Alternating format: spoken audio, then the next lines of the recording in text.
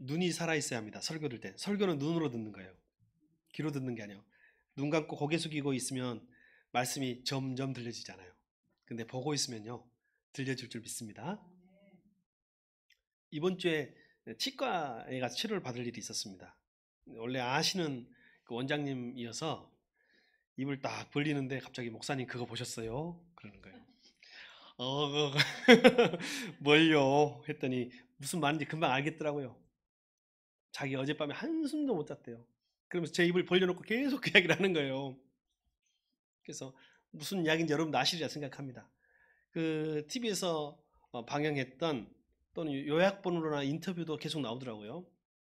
그래서 목사님 보셨어요? 저는 무슨 말인지 알고 저는 보지 않았습니다. 근데 보지 않아도 이미 다 들려오고 있습니다. 어떤 내용인지 직간접적으로 들려오고 있습니다. 그리고 저는 별로 보고 싶지 않습니다. 이제 그분이 목사님 보지 마세요. 여자분이시거든요. 저는 어젯밤 한숨도 못 잤습니다. 왜 그런지 뭐 공포 영화도 아니고 그런데 계속 마음이 두근두근 하고 심장이 뛰는데 저는 한숨도 자지 못했습니다. 그냥 목사님 안 보셔도 될 것 같습니다. 여러분 혹시 보셨나요? 네. 신문이나 뉴스는 들으셨나요? 네. 안 봐도 본 것처럼 다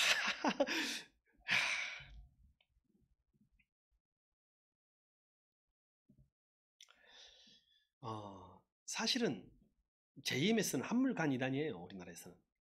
그렇게 생각하고 있었거든요. 진짜로요. 근데 사회 각 계층에서 아직도 그렇게 압력하고 있다는 것이 참으로 놀랍습니다. JMS가 그 교주 이름의 약자잖아요. 교주 이름의 약자이면서 지저스 모닝스타의 또 이니셜 약자이기도 해요.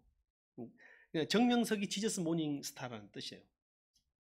그래서 서울에 70년대 서울의 유명한 대학가에서 신촌이나 이런 대학가에서 시작을 했어요. 그리고 그들의 첫 번째 포섭 대상이 엘리트들이에요. 우리 사회를 앞으로 엘리트들이 그들을 포섭해가지고 원래 이단들이 그 전략을 많이 씁니다.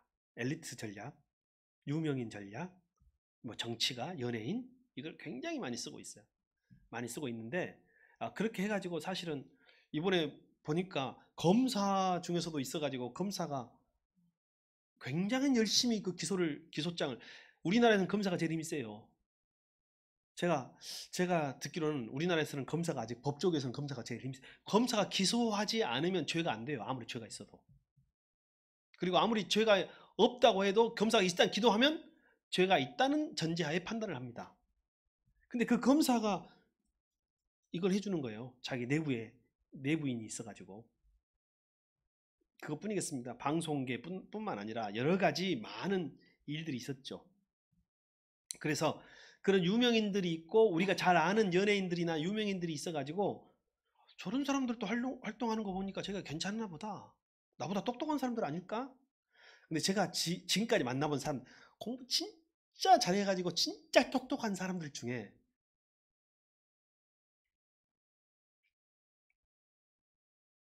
제가 봤을 때는 웬만큼 상식적인 사람이라고 생각하는 사람이 많이 없었어요. 막 전국 옛날 학력고사 이제는 뭐였죠? 그 있으신 분들이 아시는 분이 대답을 안 하시네. 저는 학력고사까지 압니다. 제가 학력고사 맞았기 때문에 예비고사였나요? 뭐 그거 할 때 전국 1등하고 만점 맞은 사람들 검사장하고 약간 감정 장애가 있는 것처럼 느껴지는 경우가 있어요. 만나보면 서로 소통이 잘 안 돼요. 많은 경우에 그렇습니다. 그런데 그런 사람들이 이제 활동을 하면 그러니까 그 사람들이요 상식적인 우리가 생활지는 보통 우리가 더 있다고 생각하면 됩니다. 그 사람들은 뭐 하나를 성공해가지고 그 높은 자리에서 이제 자리를 차지하고는 있고 뭔가 기득권을 누리기는 하지만 살고 사람들을 이해하고 공감하고 서로 지혜롭게 살아가는 데 있어서는 그들하고 또 우리하고 다를 바가 없고 오히려 더 나을 수도 있어요. 웬만한 보통 사람들이. 근데 왜냐하면 그들이 바른 판단을 이 영적 진리에 있어서는 못할 수도 있다는 거예요. 공부하고 또 다른 거거든요. 이거는 공부하고 완전 다른 영역이에요. 근데 그런 사람들을 주로 포섭해가지고 그런 사람들도 있다 해가지고 자꾸 앞에 세우고 사진 찍게 하고 간증하게 하는 거죠. 그러면서 그런 사람들 더 빠져들게 하는 거예요. 이미 알고 있으니 제가 자세히는 말하지 않겠습니다. 그래서 그들에게 모든 것으로 유리하게 이렇게 재판 이런 걸 끌고 가면서 했는데, 이번에 제가 영상으로 확인하진 않았으나 굉장히 적나라하게 나체나 벗고 있는 모습도 그대로 담으려고 했다고 하더라고요. 그래서 왜 이렇게 선정적인 것을 담았느냐 했더니 그것을 만든 PD가 이렇게 말을 한 인터뷰를 제가 봤습니다. 뭐라고 하냐면 교주가 구속됐을 때 사라질 줄 알았대. 정명석이 구속됐을 때 사라질 줄 알았는데 사라지지 않더라는 거예요. 근데 사람들이 경각심을 갖지 않고 그 내부에서도 이것이 조작됐다, 가짜다라고 믿고 있다는 거예요. 그 내부에서는. 그리고 밖에 있는 사람들은 다 금방 잊어버리더라는 거죠. 그래서 있는 그대로를 다 보여줘야 내부에서도 우리가 아는 사람인데 저 사람도 저랬구나 라는 것을 깨우쳐주기 위해서 자기는 그렇게 했노라 라고 말을 하더라고요. 웬만해서는 없어지지 않았기 때문에 이번에만큼은 없애야 된다는 사명감을 가지고 했다라고 말을 했습니다. JMS는 이미 언론에서 많이 언급했고 사실 이단들의 행태는 거의 비슷합니다. 이름만 다를 뿐이 행태는 비슷한데 이번 코로나 이후로 이단들이 대거 다시 재부흥을 하고 있습니다. 신기하죠? 코로나 이후로 기성교회나 정통교회는 약간 사그러들었어요. 근데 이단들은 더 많은 자기 정체를 드러내고 또는 숨어서 유튜브나 이런 데서 활동하면서 어느 목사님이 이런 질문을 했어요. 성도가 목사님한테 문자를 보낸 거예요. 목사님, 제가 유튜브에서 그렇게 은혜를 받고 있는 목사를 알고 보니 구원파 목사인데 저는 그 설교가 그렇게 은혜가 됩니다. 계속 들어도 될까요? 이게 일반 교회에서 일어난 일이에요. 목사님, 제가 너무너무 은혜 받고 있는 목사님 설교가 알고 보니 구원파 교회 목사인데 저는 그 설교가 너무 은혜가 됩니다. 계속 들어도 될까요? 박소정 집사님, 계속 들어도 될까요? 엄청 은혜가 된다는데요. 그게 어떤 기준, 은혜가 어떤 기준이에요? 무슨 기준이에요? 근데 이게 우리나라 지금 일반 성도들 가운데 많다는 거예요. 내가 듣고 있는 그 설교의 소스가 그리고 그 사람이 누군지 모른 채 듣기에 좋으면 은혜 받고 듣고 있는 거죠. 그래서 이단들은 지금 신천지는요 굉장히 신천지가 더 심각해요. 사실은 실제적인 위협은 JMS보다 신천지가 훨씬 심각합니다. 신천지는 이미 손을 못 댈 정도로 조직이 커졌어요. 이번에 그 경북에서 신천지 10만 수료식 행사를 했다고 그래요. 10만 수료식이라는 게 뭐예요?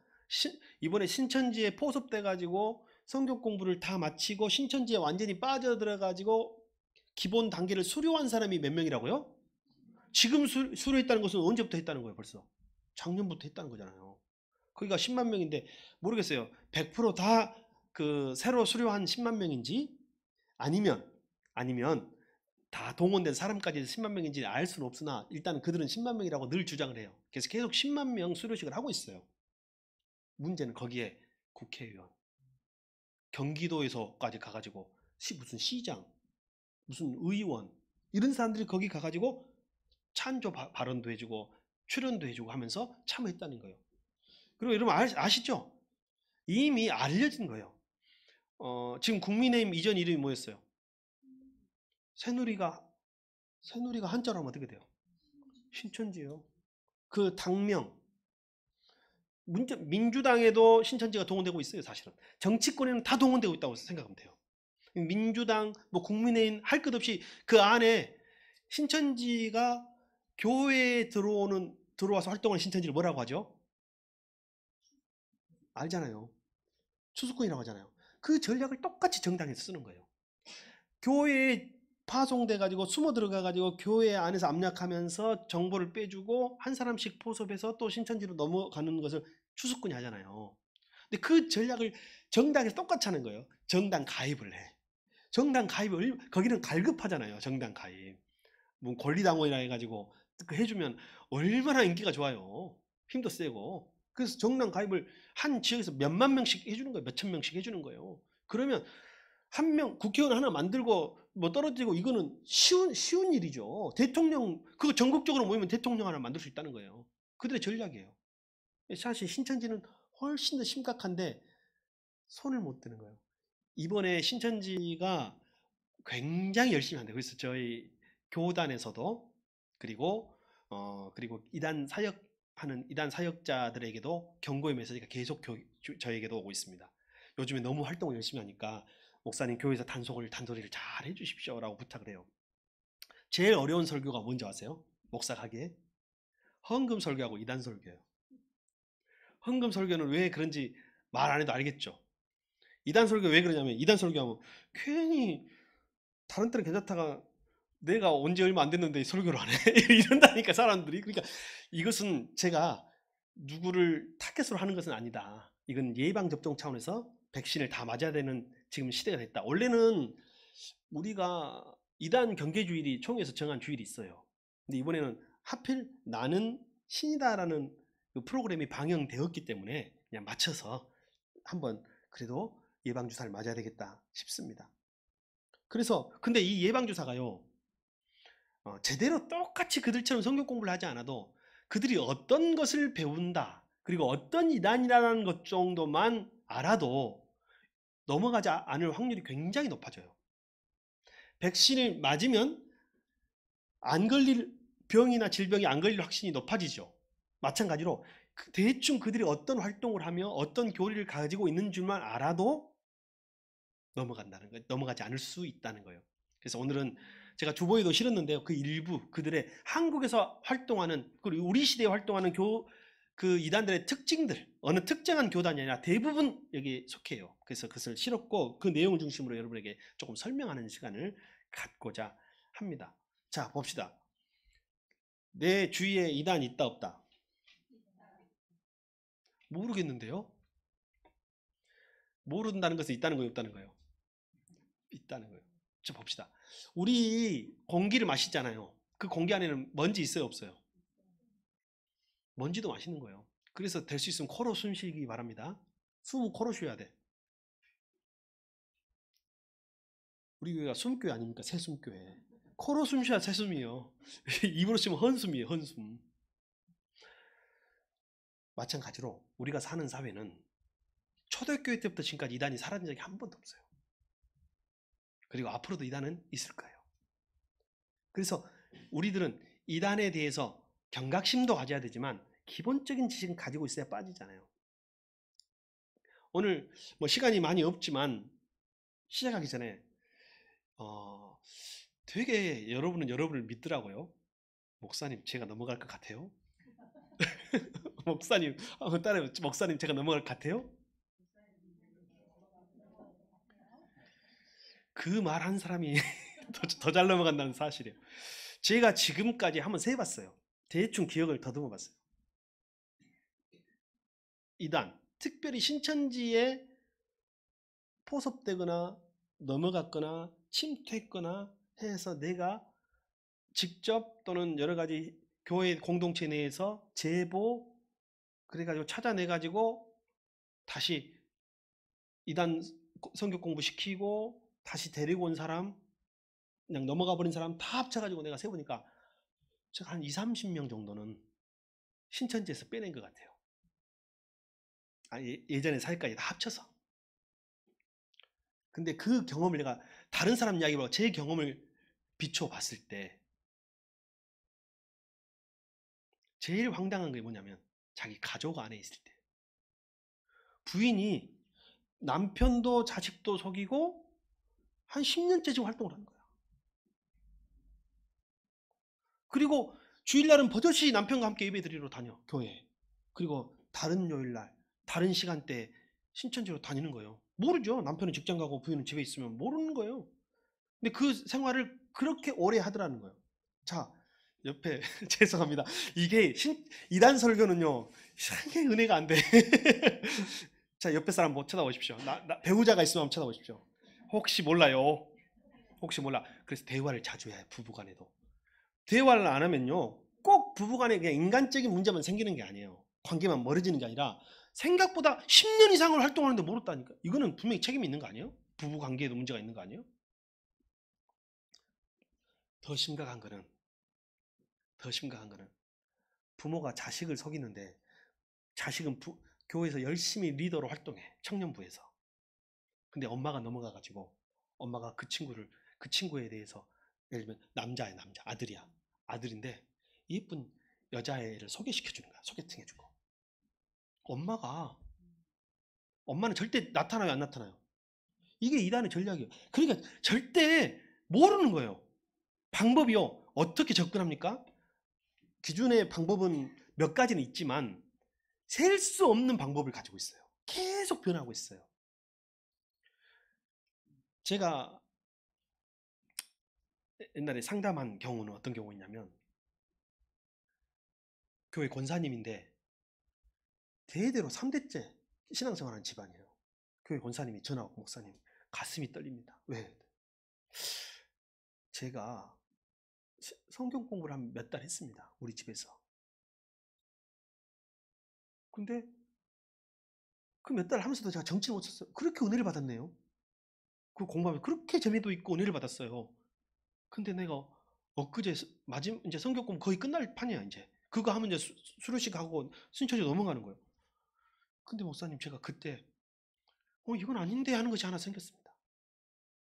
이제 원래 그런 것은 마지막에 나와요. 처음에는 처음 뭐부터 시작하냐면요. 교회 흉보고 목사 흉보는 것부터 시작해. 성경 공부 하기 전 단계예요, 그것이. 예로 누가 와갖고 자꾸 교회 흉보고 목사 흉보는데 그럴 만한 일이 있으면 그럴 수도 있겠지만 그냥 계속 그런 성향을 가지고 접근한다. 원래 이렇게 접근하는 거예요. 근데 거기서 보니까 그분도 신앙생활 오래 하고 교회 오래 다녔으니까 교회에 대해서 또 불만도 있고 그럴 거 아니에요. 이게 자기에 대해서 너무 잘하는 거예요. 내가 기도해 보니까 이런 문제가 이 가정에 있는 것 같은데 성경 공부 한번 해보지 않을래요? 처음에는 물 주라고 해서 발 하나 알지? 아파트 전도법 알죠? 처음에 띵띵동 하니까 물 좀 주세요, 물 한 잔 주세요. 그러니까 물 딱 주니까 발 하나 딱 넣고 저기 보니까 이 집에 무슨 근심이 있어 보이는데 하면 딱 하니까 우리 집에 대해서 너무 잘하는 거야. 자기가 기도하는 사람인데 이게 다 보인다는 거죠. 가지고 그부터 시작해가지고 이제 성경 공부하자고 시작을 했는데 몇 달을 했어요, 몇 달을. 근데 거기서 결국 보니까 마지막 신천지라고 의심될 만한 것이 하나 딱 생기니까 전화를 한 거예요. 누구였을까요? 누가 보냈을까요? 그 집 딸이 보냈어. 그 집 딸이 신천지의 팀장이요. 딸이 약사입니다. 딸이 약사. 딸이 약사인데 신천지에서 소개해가지고 결혼했는데 남편 될 사람은 백수야. 그렇게 붙입니다. 그래가지고 이런 사람들을 허우대는 멀쩡하더라고. 키도 크고 잘생겼어. 내가 보니까. 이런 사람들 딱 소개해가지고 열심히 약사로 돈 벌어갖고 이 사람을 신천지 강사가 그렇게 돈을 많이 받지 않아요. 이 사람들은 남편을 신천지에서 일하도록 부인을 통해서 빨대를 꽂는 거죠. 쉽게 말하면. 근데 그 딸이 자기 집에 대해서 엄마에 대해서 잘 알고 있을까요? 모르고 있을까요? 그러니까 엄마에 대한 정보를 다 준 거야. 신천지에. 그러니까 거기서 우연을 가장해가지고 엄마한테 접근해가지고.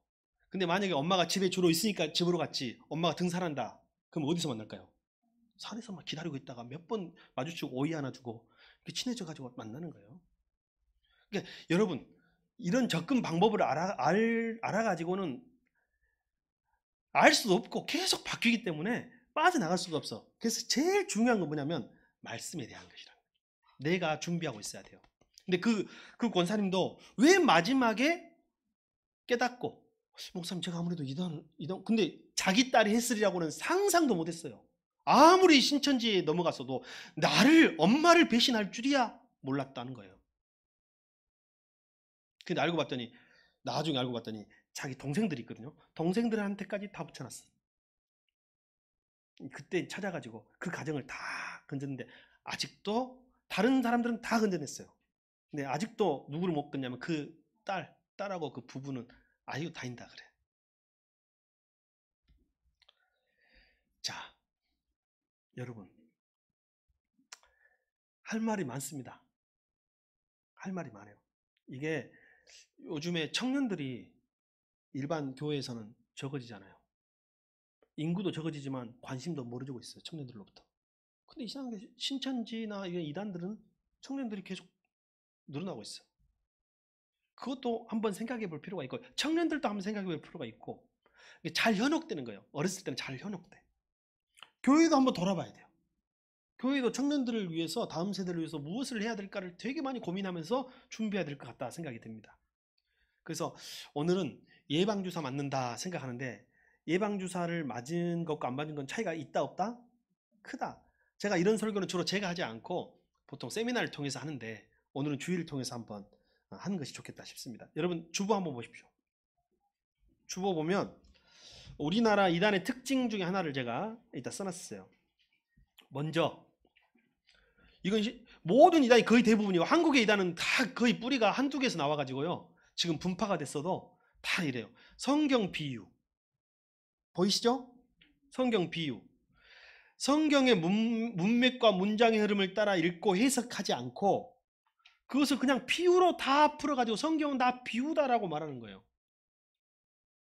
그래가지고 신구약 성경의 특정 구절만 보면서 그 구절을 비유풀이로 계속 짜맞히는 접근을 한다.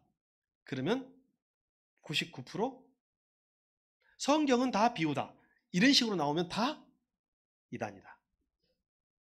주로 신천지도 그렇게 하지만 다른 이단도 마찬가지니까 제가 이렇게 말하는 거예요. 이단이라고 말하면 말할 수 있습니다. 자, 예를 들어 볼게요. 성경은 장르가 있어요. 역사서 있죠, 역사서. 성경은 시문학도 있어요, 시. 운문이죠, 운문. 시문학도 있어요.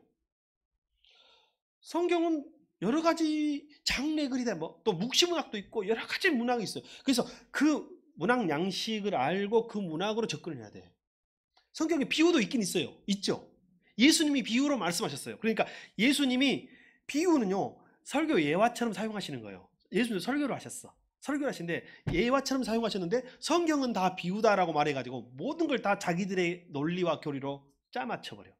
자, 그러면 어떻게 되냐면 제가 설명해 드릴게요. 처음에는 안 넘어간다니까요. 원숭이 똥구멍은 한번 해봐요. 어렸을 때 해봤잖아요. 원숭이 똥구멍은 빨개. 빨가면 사과. 잘하시네요. 사과는 맛있으면, 바나나는 길면, 기차는 빠르면, 비행기는 높아. 높으면, 그러면 나중에 맥주산인데 끝나죠? 또 있나요? 높으면 하나님까지 가겠네 이제. 원숭이 똥구멍이 뭐가 됐어요? 이게 비유풀이의 가장 큰 함정이에요. 이게 논리의 비약이거든요. 비유는 비유의 메시지가 하나 있어. 그걸 찾아내는 거예요. 교회에서도 비유풀이를 잘못할 때가 많아요. 예수님의 비유를 잘못 비유할 때가 많은데 예를 들면은 천국은 마치 밭에 감추인 보화와 같으니라는 성경 구절 있잖아요. 거기 농부가 소작농인데 그 집주인의 밭을 갈다가 쟁기질을 하다가 쨍그렁 해가지고 보니까 안에 보물 상자가 있는 거 아니에요. 보물단지가. 가지고 그 보물단지를 자기가 구하기, 자기 걸로 만들기 위해서 자기 집 세간살이랑 다 팔아가지고 그 밭을 샀잖아요. 근데 핵심은 뭐냐면 천국은 마치 밭에 감추인 보화와 같은 이게 핵심이에요. 그 비유의 핵심이에요. 그게 그 비유를 그렇게 풀어야 돼. 그걸로 예수님 말씀하신 걸로. 근데 이제 거기서 비유 풀이는 다양해질 수 있어. 어떻게 돼요? 그 농부는 틀려 먹었어. 양심이 없어. 그 밭 주인의 것이지 돌려줘야지. 막 이렇게 막 접근하는 거예요. 이것은 충분히 일상에서는 적용 가능하지만 해석 가능하지만 비유풀이는 그렇게 하는 게 아니에요. 비유풀이는 예수님이 진짜 이 비유를 통해서 말씀하신 교훈이 한 가지 있다니까요. 그것을 찾아내는 것이 핵심이에요, 핵심.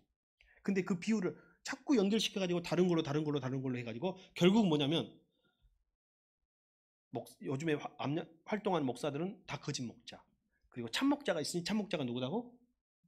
이제 자기 이만이라고 가는 비유풀이를 마지막 끝판왕이 그거예요. 두 번째, 비밀 교육. 한번 보세요. 두 번째 주보에 있죠. 여러분도 써놨죠. 그렇게 비밀 교육 뭐라고 말하냐면 절대 교회에 가서 말하지 마. 절대 부인한테 말하지 마. 절대 목사님한테 말하지 마. 그 성경 공부한다고 한 사람들이요, 대부분요, 제가 봤을 때는 한 7, 80%는 그런 것 같아. 뭐냐면 성경 공부한다고 제가 이제 알았어요. 그럼 제가 뭐라, 그분은 어디 교회 다니신대요? 라고. 뭐, 어디 쪽에 다니신대? 어디 쪽에? 어디 교회라고 정확히 말을 안 하는 경우가 대부분이에요. 그러면 그분은 직분이 뭐 되고, 뭔 선교사님이라던데? 옛날에 목회했던, 옛날에 목사님이라던데 지금은 아파서 쉬고 있다는, 정확한 것이 한 개도 없어요. 대부분이에요, 대부분. 근데 가끔 정확히 교회를 말하는 경우가 있어요. 네. 그런 경우는 완전히, 근데 그런 경우는 아닐 수도 있겠지만 대부분 완전히 위장을 하고 그 교회에서도 이미 활동을 하고 있는 사람의 경우는 이제 그렇게 위장을 하는 경우가 있어요. 그래서 비밀 교육. 그리고 그들이 하는 말이 절대로 뭐 찾아보지 마라? 인터넷 찾아보지 마라. 성경 공부할 때 여러분에게 인터넷 찾아보지 마라. 다른 사람한테 모른다고 물어보지 마라. 라고 하고, 성경 공부한다는 것을, 나 만났다고 하는 것을 말하지 말라라고 접근하면 그는 100%? 이건 100%예요, 100%. 복음은 증거라고 성경이 그랬지.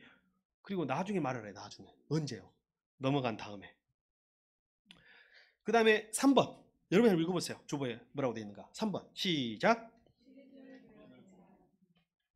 이게 뭐냐면, 제가 예를 들어볼게요. 저를 한번 보세요. 하나님은 시대별로 구원자를 보내셔가지고 구원하셨어요. 자, 사사 시대에는 누구를? 사사를. 모세 시대에는 모세를. 뭐 엘리야 시대에는 엘리야를. 이사야 시대에는 이사야를. 말라기 시대에는 말라기를. 다 맞죠, 여러분? 다 하나님이 어떤 구원자를 보내고 예언자를 보내가지고 활동하셨거든요. 그리고 2000년 전에 예수님 시대에는 예수님을. 그러면 이제 딱 여러분 머릿속에 뭐가 생기냐면, 그럼 오늘날은, 그러면 우리 시대는, 현대에는 누구예요? 이만희. 딱 이렇게 가는 거예요. 그래서 세대별, 시대별 구원자에 대하여 이야기하면 100%입니다. 아셨죠? 내가 막 구체적으로 이야기하지 않겠어요. 그들이 말하는 것들 이야기하니까. 근데 여러분이 그렇게 절대 말씀하면 안 돼. 이 시대는 절대 말하면 안 돼. 없어. 이 시대도 예수님이에요. 2000년 전에도 예수님이에요.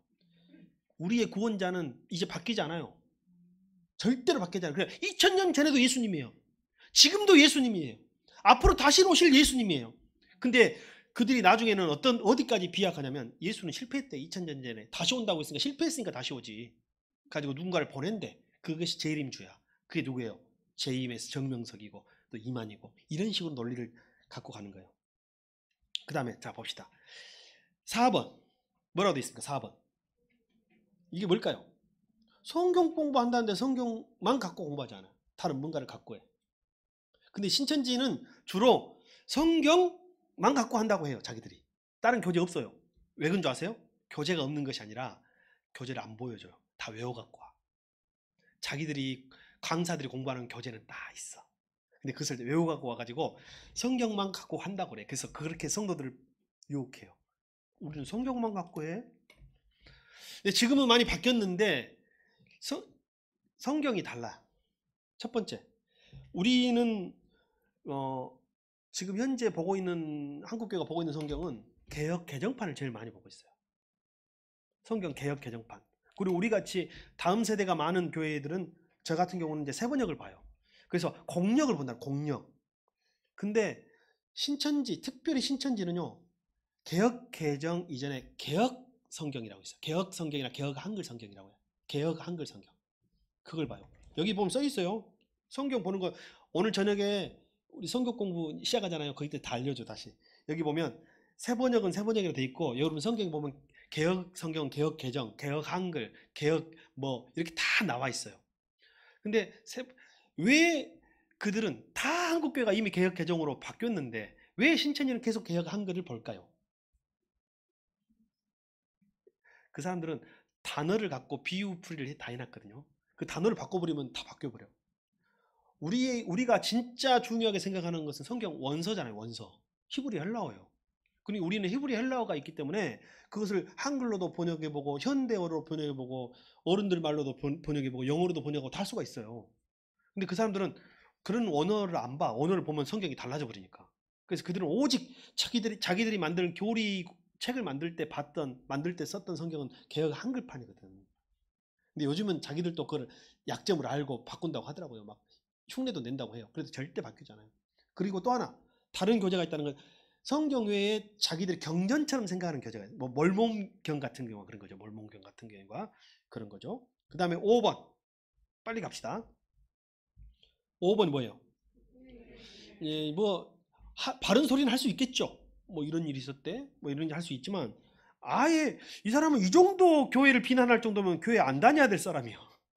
뭔 말인지 알겠죠? 교회에 다니면서 불만이 있을 수 있죠. 그리고 다른 생각이 있을 수 있잖아요. 그런데 이 사람이 극도로 교회를 비난한 극도로 이 정도 교회를 그러니까 교회에 대한 애정이 없는 비난인 거예요. 우리가 교회 다니면서도 교회 비난할 때는 애정을 갖고 비난하잖아. 세상에 그랬대 그러면 안 되는데 세상에 너무 가슴 아프잖아. 우리가 믿는 사람은 적어도 이 정도까지 가자는데 교회를 적대시하면서 비난하는 거예요. 애정이 일도 없어. 교회에 대한 애정이.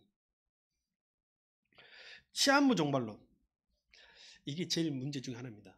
한국 교회가 지금도 말은 시한부 종말론을 경계한다지만 세대주의 종말론이나 시한부 종말론을 가르치고 있어요. 대부분. 그렇든지 아예 안 가르치든지. 그러니까 이 시한부 종말론은 뭐냐면 쉽게 말하면 날짜가 정해져 있는 거죠. 언제 온다. 지금이 그때다. 그리고 지금이 뭐 메시아다. 해가지고 뭐 이만희가 메시아다. 이런 식으로 접근하는 거예요. 그래서 세대 날짜를 정하고 시간을 정하는 것은 뭐라고요? 그게 시한부 종말론이에요. 좀 시간을 빨리 좀 가봅시다. 동방한국론 이런 이단도 있어요. 다시 말하면 성경에서 이스라엘의 동쪽 팔레스틴 지역을 뜻하는 것이 동방이에요. 성경의 동쪽, 뭐 동쪽 지파, 뭐 갓 지파에서 그 가나안 땅에서 동쪽에 저기 정착한 지파들도 나오고 동쪽이라는 말이 나오는데요. 요걸 그대로 그냥 갖다가 써버려. 뭐라고 쓰냐면 우리는 동방의 A지국이잖아요. 동방의 그래서 그 성경에 우리나라가 제2의 이스라엘이래. 사실은 우리 조상들이 만나면 옛날 이스라엘에서 왔대. 갓 지파. 신학계에서는 일도 인정하지 않는 이론이에요. 고고학적 증거도 전혀 없어요. 역사적 증거도 전혀 없어요. 근데 생각보다 이런 이단이 우리나라에 엄청 많아요.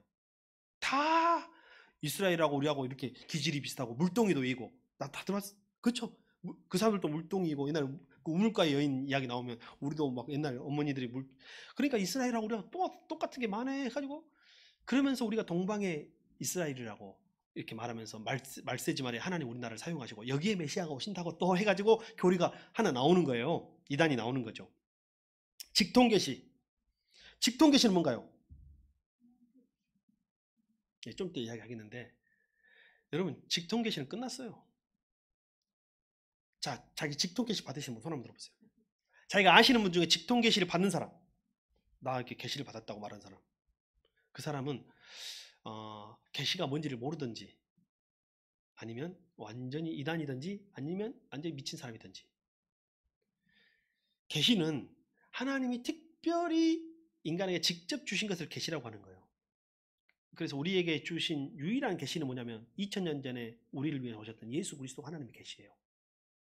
그리고 하나님 주신 말씀 외에 직통 계시는 있다 없다? 없다. 나머지는 전부 다 해석을 해야 해. 직통 계시가 아니고 나머지는 다 암시고 환상을 봤던 꿈을 꿨던 그건 전부 다 직통 계시 아니에요. 기도다가 반드시 분명히 응답을 들었대. 그 직통 계시 아닙니다. 그것도 직통 계시 아니에요. 그래서 반드시 여러분이 꿈을 꿨던 뭐 환상을 들었던 그것을 하나님의 뜻이라고 말하는 데서는 굉장히 조심해야 합니다.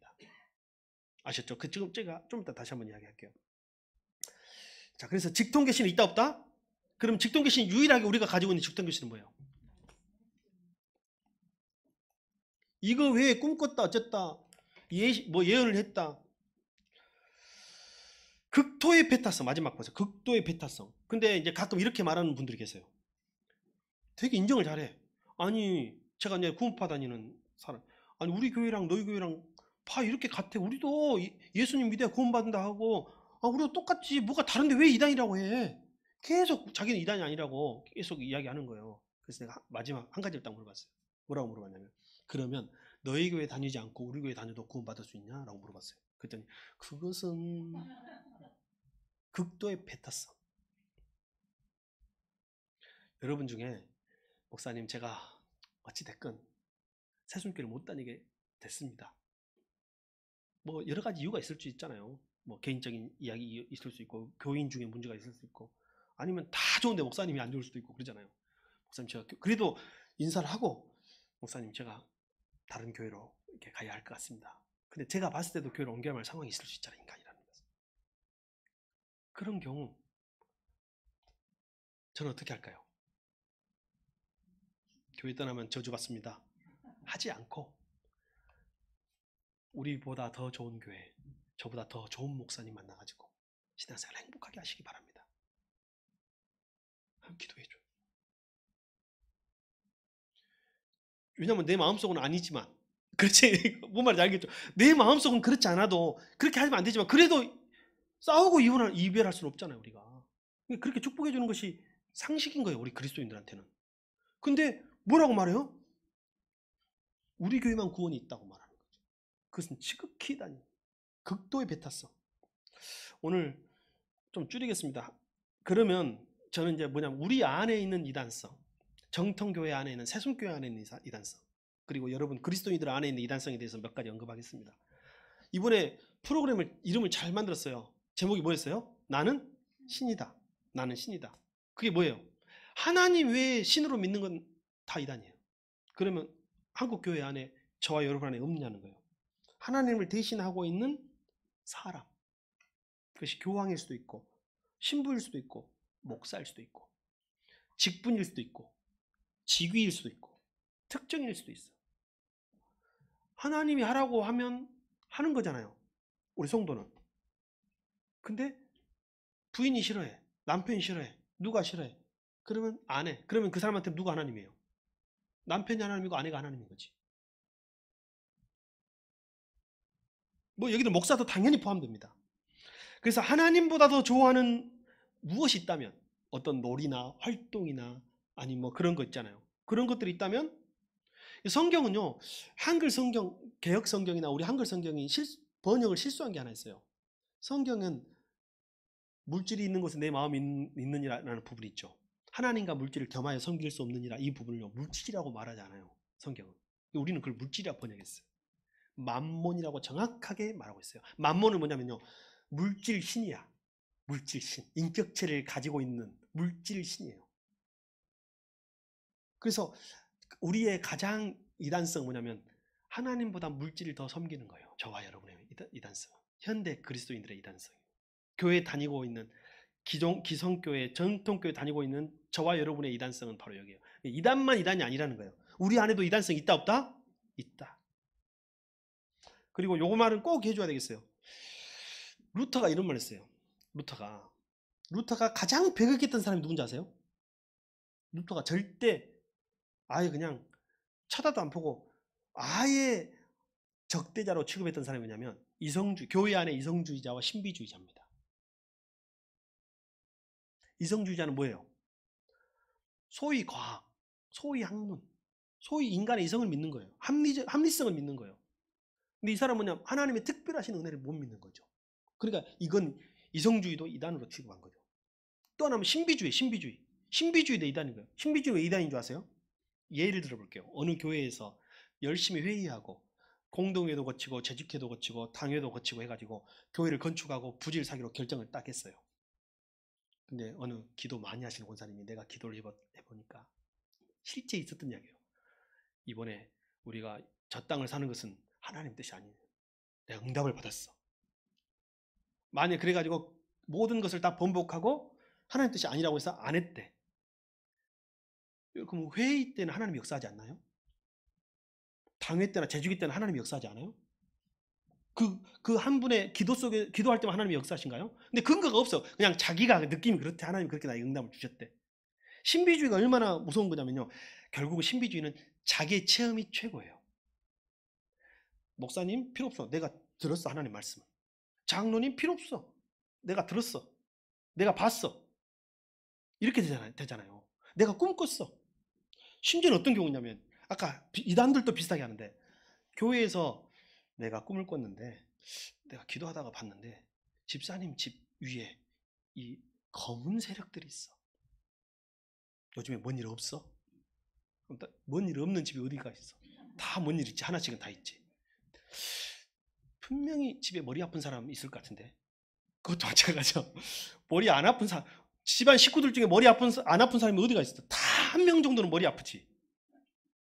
근데 이렇게 접근하면 우리들은 다 뭔가 솔깃하게 되어 있어요. 근데 절대로 이렇게 교회의 어떤 결정하거나 교회의 방향을 결정하거나 우리의 신앙을 결정하는 메인이 돼서는 안 돼요. 루터는 뭐라고 했냐면, 아까 그랬잖아요. 루터는 이성주의자와 신비주의자를 배격했다 했어요. 그럼 그럼 목사님 제가 진짜 꿈을 꿨는데요. 목사님 제가 기도하다가 진짜 환상을 봤는데요. 목사님 제가 진짜 기도하다가 이 하나님의 음성 같은 것을 들렸는데 어떻게 해야 됩니까? 어떻게 해야 될까요? 그런 것들을 보신 분들에게 제가 답을 알려드리겠습니다. 말씀으로 신학적으로 충분히 풀어서 말할 수 있지 않은 한 나에게 주신 하나님의 체험으로 간직하고 있습니다. 부정하자는 게 아니에요. 성경에 사도들이 자기의 신비적 체험을 기록한 예가 없어요. 하나 있어. 사도 바울이 3층천 갔다 와가지고, 그것도 조심스럽게 자기라고 말을 안 해요. 내가 한 사람을 아는데 그 사람이 3번째 하늘에 갔다 왔다. 이렇게 말했죠. 얼마나 자기의 체험과 신비 체험을 말하는데 조심스러워요. 그것이 절대 예수님의 복음의 말씀보다 앞설 수 없거든. 그것도 해석돼야 돼. 어떤 체험이든 어떤 말씀이든 어떤 꿈이든 어떤 환상이든 하나님의 말씀으로 해석돼야 돼. 근데 그것을 자기가 충분히 해석할 수 있는 사람이라면 말씀으로 해석해서 풀어서 말해야지, 본 것을 그대로 말하는 것은 신비주의로 흐를 수 있는 확률이 아주 높아진다. 오늘 다 말할 수가 없어서 여기서 마치겠습니다. 그러면 자, 여기서 하나만 결론을 칩시다. 결론은 뭐냐면 말씀 없는 신앙이 이단입니다. 이단성은 뭐냐면 말씀 없는 교회, 말씀 없는 성도, 이단성을 갖고 있는 거야. 충분히 사람이 주인이 될 수 있고 사람이 신이 될 수 있고 나의 목소리 센 사람이, 힘이 센 사람이 이끌어가는 대로 교회가 교회는 하나님의 뜻대로 이끌려 가야 되잖아요. 근데 이게 교회가 말씀이 없는 교회는 사람이 힘이 있어. 어떤 특정한 사람이 힘이 있어가지고 그 사람의 목소리대로 가는 거예요. 우리 찬진이가 얼마 전에 왜 광주 전남에 신천지가 제일 많냐고 물어보더라고요. 그러니까 제가 그 답을 여러분에게 드리겠습니다. 많이 있습니다. 여러 가지 많이가 있는데 그 중에 하나, 신학자들이 보는 견해. 우리나라에 선교사들이 처음 들어왔을 때 지역별로 선교사들이 영역을 나눴어요. 그래서 우리 호남 지역은 미국의 남장로교, 미국에서도 남쪽 지역에 있는 굉장히 보수적인 데예요. 거기도 그 바이블 벨트가 있고 해서 남장로교 선교사들이 관할했던 지역이 우리 호남 지역이에요. 다른 데는 북장로교, 뭐 캐나다 장로교, 뭐 호주 장로교 이렇게 다 나누고 감리교회가 나누는 감리교 별로 없잖아요. 우리 이 지역에는. 감리교는 경기도 쪽에 많이 있어요. 그쪽이 감리교 영역이었어요. 근데 우리는 다 남장로교 영역이었어요. 옛날에. 지금은 남장로교 없어요. 하나로 합쳤어. 거기도. 미국도 하나로 합쳤는데, 안타깝게 남장로교 역사 자료에 이렇게 써 있어요. 한국 현지 지도자를 선교사보다 더 많이 공부하지 않도록 하라. 공부하지 않도록 해라. 그래서 한국 교회, 특히 호남 지역이 그런 특별한 어떤 말씀과 신학에 있어서 목사님들이 선교사보다 더 많이 배울 수 있는 기회가 차단되었다고 합니다. 이거 제가 말이 아니요. 허신대 전 총장이었던 차종순 총장이 하신 말씀이에요. 그래서 이제 저희 보고 더 열심히 공부하라고 말했던 적이 있어요.